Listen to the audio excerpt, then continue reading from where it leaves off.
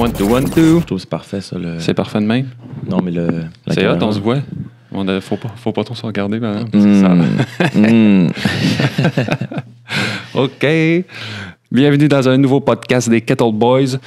Le mois d'octobre est commencé. Les Open sont commencés. Hein, les Open en octobre. Les Open en octobre. C'était pas ça avant, hein? Non, c'était pas ça. C'était quoi? C'était en février. En février. Mais vu qu'ils ont changé toute la patente. Toute la patente, là, on va expliquer.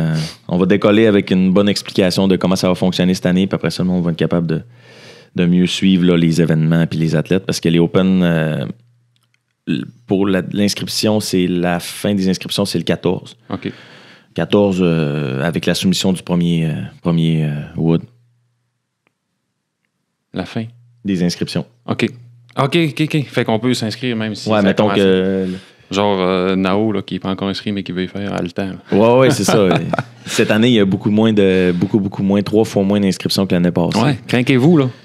Ouais, craquez-vous, mais tu sais, c'est comprenable parce qu'il y en a eu deux dans la même année. Là, ils restartent un nouveau système. Fait que... Mais tu sais, pour ceux-là qui le font pour le fun, ou c'est comme même juste ici au gym de CrossFit Chicoutimi, c'est quand même un bel événement. Tu viens le dimanche ou peu importe, il y a plein de monde, le monde le font, c'est trippant. Le but, c'est de se dépasser. Ouais, c'est ça. Souvent, le monde, il pense que les Open... C'est genre la fin du monde. Ben, c'est un processus obligatoire pour aller aux Games, oui, mais tu sais... Là, on parle du top, mettons, top 200 athlètes au monde. Des humains normaux comme nous autres. C'est pour le fun. Ben, c'est notre façon de se tester, c'est les Open. C'est 5 semaines, un WOD par semaine. Puis jamais que tu vas te dépasser autant dans un WOD que tu fais la semaine dans ton box autant que dans les Open. Surtout si tu viens quand il y a plein de monde. Puis, je veux dire, on s'entend que quand il y a plus de monde, t'es plus craqué. Ben, t'es plus craqué, puis aussi tu peux te comparer à d'autres mondes. Ouais. C'est une saine compétition. Là, pour voir, c'est ça. Par rapport à ton âge, par rapport à... Moi, je suis pas vraiment compétitif dans la vie, puis j'aime ça. Là. C'est le genre de petite compétition qui est le fun. Oui, exact. Ouais. T'as juste le petit stress parfait là, pour dire un petit quelque chose de plus là, qui pousse. Là, c'est ça, de voir tout l'entraînement que tu as mis pendant ton année, qu'est-ce que ça a donné. Exact. Puis, fait que là, le premier WOD est sorti. 20.1, ouais. 20.1. 10 rounds for time de 8 ground to overhead, puis 10 burpees facing de bord. Ouais. Puis on a le droit de lever à patte sur le burpees. Ouais, les standards ont changé. Les standards. En autant que les deux pieds quittent le sol en même temps, c'est important. Tu peux pas sauter comme un pied avant. Genre. Non, c'est ça. Ouais, c'est juste mais quand tu te lèves, par exemple, c'est un peu plus long, je pense, mais tu économises c'est plus facile comme ça. Ouais. C'est plus facile comme ça. Les standards avaient changé, sont revenus comme ils étaient, puis c'est bien correct. C'est bon, de toute façon, le WOD sera pas plus facile. Non. Non. L'entraînement sera pas plus facile. À entendre les pros. Ouais, c'est ça. Ben, tu sais, quand est-ce qu'un WOD d'Open est facile, on s'entend? Ben, il y en a que c'est différent. Tu sais, mettons que c'est un clean ladder. Ben, si t'es pas capable de lever à bord, non, c'est ça. T'enlèveras pas, tandis que ça, tout le monde est capable. Ouais. Fait que c'est du mental, du mental pendant 15 minutes. C'est du mental, mais aussi c'est le mental de se pacer égal tout le long, je pense, là, si tu veux bien performer. Là. C'est sûr que si tu regardes les stratégies sur YouTube qui sont applicables aux pros, puis tu essaies de l'appliquer à toi-même, ça peut que tu te rends compte. Moi, j'ai regardé les stratégies qui sont applicables aux amateurs comme ça. Ouais. Ben, comme moi, en tout cas. Ouais. Je connais 2-3 channels là, que les autres, je le sais, qu'ils vont dire, genre, pour ceux là que c'est pas des pros. Non, c'est ça. Parce que le monde, des fois, le monde, il regarde Scott Penchick, Rich Roning. Ouais, c'est ça. Le burpee, ils sont là. Je devrais peut-être les faire de même, ça va me faire ça. Moi, ma première stratégie, c'est de pas faire comme les pros. Non, c'est ça. Je suis sûr que ça aille mieux un peu. Ouais. Pas ouvrir à la grandeur. Non, c'est ça. Ouais. Puis, toi, tu l'as pas fait encore? Non, je le fais tantôt. Tu le fais tantôt, aujourd'hui? Okay. Ouais. Puis, tu vas-tu y aller en snatch ou... Oui. Ouais. C'est pas un problème pour moi, les ground to overhead. Là. C'est plus les burpees que ça. Il faut que je me parle pas mal. Puis, Nancy, ça va-tu être là pour te chialer si tu prends une pause? Je pense que oui. C'est bon. Ouais. Fait que c'est quoi, toi, selon toi, une petite technique là, pour que ça aille bien? Ben, t'as 2 options. Tu choisis un des 2 exercices, soit les burpees ou les ground to overhead, tu focuses là-dessus. OK. Le reste, c'est de la récupération. Fait que si tu veux récupérer activement, fais tes ground to overhead à shot de 1. Puis si tu veux récupérer activement pendant tes burpees, pace-toi ces burpees, puis essaie de faire les ground to overhead unbroken. À moins que tu aies un cardio de feu, tu peux aller full pin ces burpees puis prendre plus ton temps. Mais c'est 100, c'est énorme. Ouais. 100, c'est énorme. Si c'était 5 rounds 4 times, ça serait vraiment pas le même type de workout, mais là... Mais tu sais, quelqu'un qui veut faire les shoulder to overhead, non, les ground to overhead, à coup de 1, c'est quasiment impossible de finir. Oui, c'est possible. C'est possible? Oui. OK. Oui, tu peux faire un ground to overhead aux 4 secondes. Faut que tu repognes la barre assez vite. Tu repognes la barre assez vite, mais au moins, bondir, c'est ça, au moins ta grippe est correcte, puis t'es pas tout le temps sous tension. Ouais. C'est comme un repos quand tu lâches la barre, tu reprends la barre. T'es-tu mieux de faire un snatch à coup de 1 ou bien un clean and jerk ça dépend du monde. À coup de pas 1? Ceux qui sont bons sur le barbell cycling vont y aller unbroken tout le long. Puis même ceux qui sont plus forts que le monde qui sont bons en barbell cycling vont éventuellement casser. Fait qu'ils vont passer de snatch à clean and jerk, unbroken à clean and jerk. Broken, ouais. Ça risque de m'arriver. Moi, c'est le même que je me vois le faire, en tout cas. Ouais. C'est bon. Ouais. Puis, vas-y. On parle-tu de la saison, comment ça marche? Ouais, vas-y. Juste un résumé. C'était pas mal ça aujourd'hui. Le but, c'était de décoller tout le monde. C'est à la même longueur d'onde pour ceux qui écoutent puis ceux qui veulent les suivre. Là. Cette année, la manière ça marche, ça a changé. En fait, ça a changé l'année passée, mais ils ont comme fait un peu un hybride. Là. Fait que là, c'est rendu avec la façon de se qualifier pour les Games. Soit que tu finis tes champions nationaux dans ton pays, soit que tu finis dans le top 20 au monde dans les Open. OK. Puis les champions nationaux sont choisis parmi les Open. Ouais. C'est pas d'autres compétitions. Fait que c'est l'Open qui détermine les champions nationaux puis le top 20 mondial. Fait que même si tu fais pas le top 20, mais que t'es pas mis dans ton pays, t'es classé. Ouais, automatique. C'est bon. Si t'es champion national, automatique, puis t'es dans le top 20, le top 20 descend. Fait que Matt Fraser va être un champion national des États-Unis, il va être dans le top 20, fait que le deuxième, mettons le 21e va être qualifié pour les Games. Ouais. Ainsi de suite. Comme l'année passée. Comme l'année passée.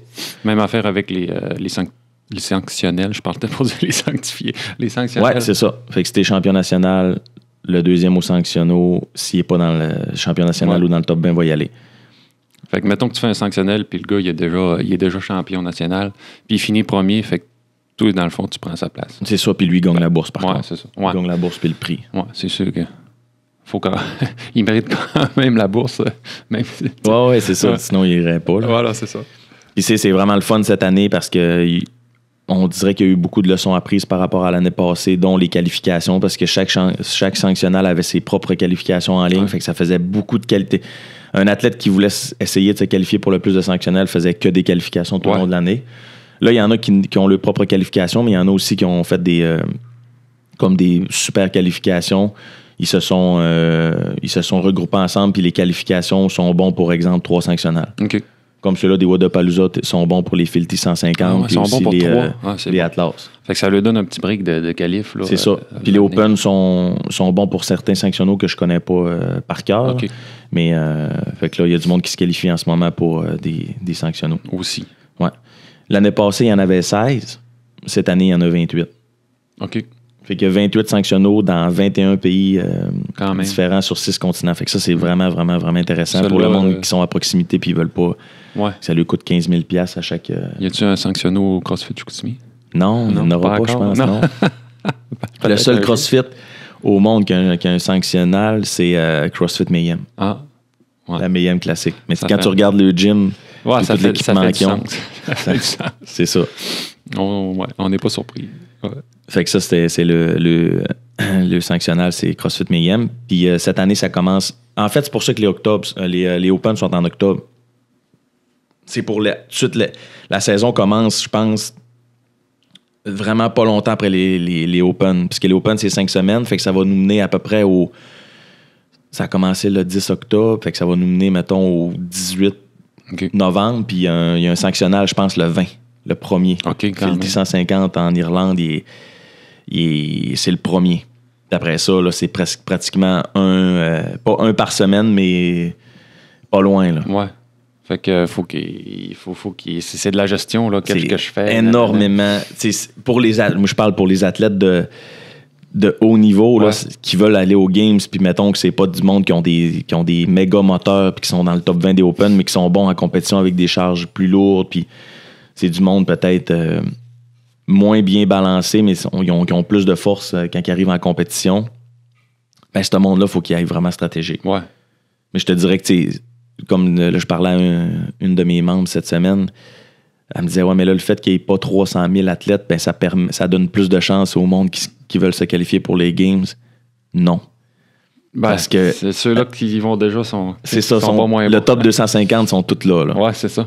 Fait que, tu sais, ça change strictement rien. Là. C'est juste que il y a du monde, monsieur, madame, tout le monde, qui ont décidé de ne pas s'inscrire parce que ça en faisait 2 cette année. Mais tu sais, l'année prochaine, ça va revenir. Il y a eu le fait aussi que l'année passée, côté médiatique, on en avait parlé, c'était vraiment, vraiment pas l'idéal. Mais là, tu sais, ils ont vraiment compris le message. Dave Castro a recommencé à donner des indices. Après ça, tu sais, le hype est revenu pareil. Tu peux pas abandonner ça comme l'année passée. Là. Non, c'est ça. Ça faisait pas Puis là, Rogue, je pense qu'ils ont vraiment pogné le contrôle sur le côté médiatique avec les Iron Games. Fait que c'est vraiment intéressant. Moi, je l'ai écouté, puis c'était... Il était live, hein? C'était ça coche. Quand t'arrives sur games.crossfit.com, sur la première page, t'as direct en plusieurs langues les streamings qu'ils ont fait. Fait que tu sais, c'est beaucoup mieux même que c'était avant l'année passée. Là. Tu sais, la Star, c'est vraiment... Les games sont vraiment bien couverts.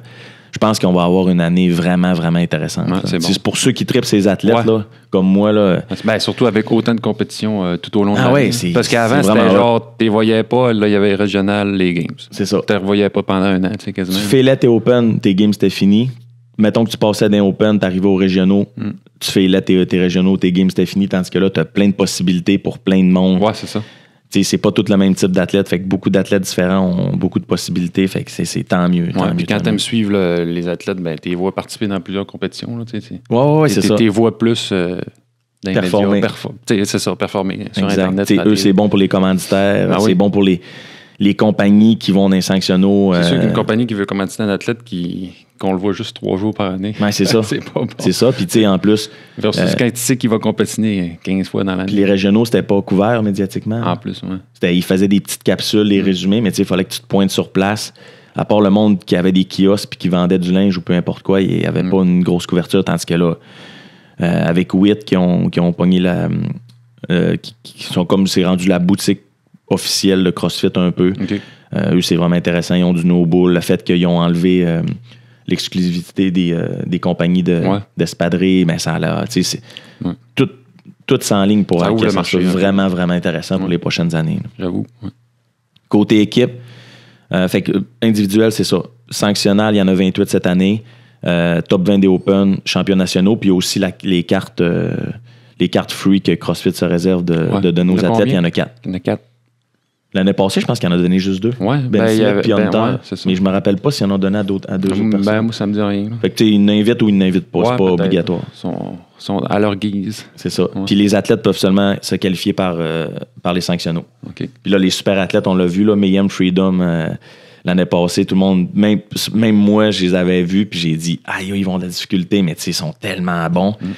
Puis en plus, cette année, Scott Penchick a décidé qui skippait une saison individuelle pour aller en équipe avec Rich Froning. Fait que, ça, parce que Dre Storm, il partait pour des raisons personnelles. Okay.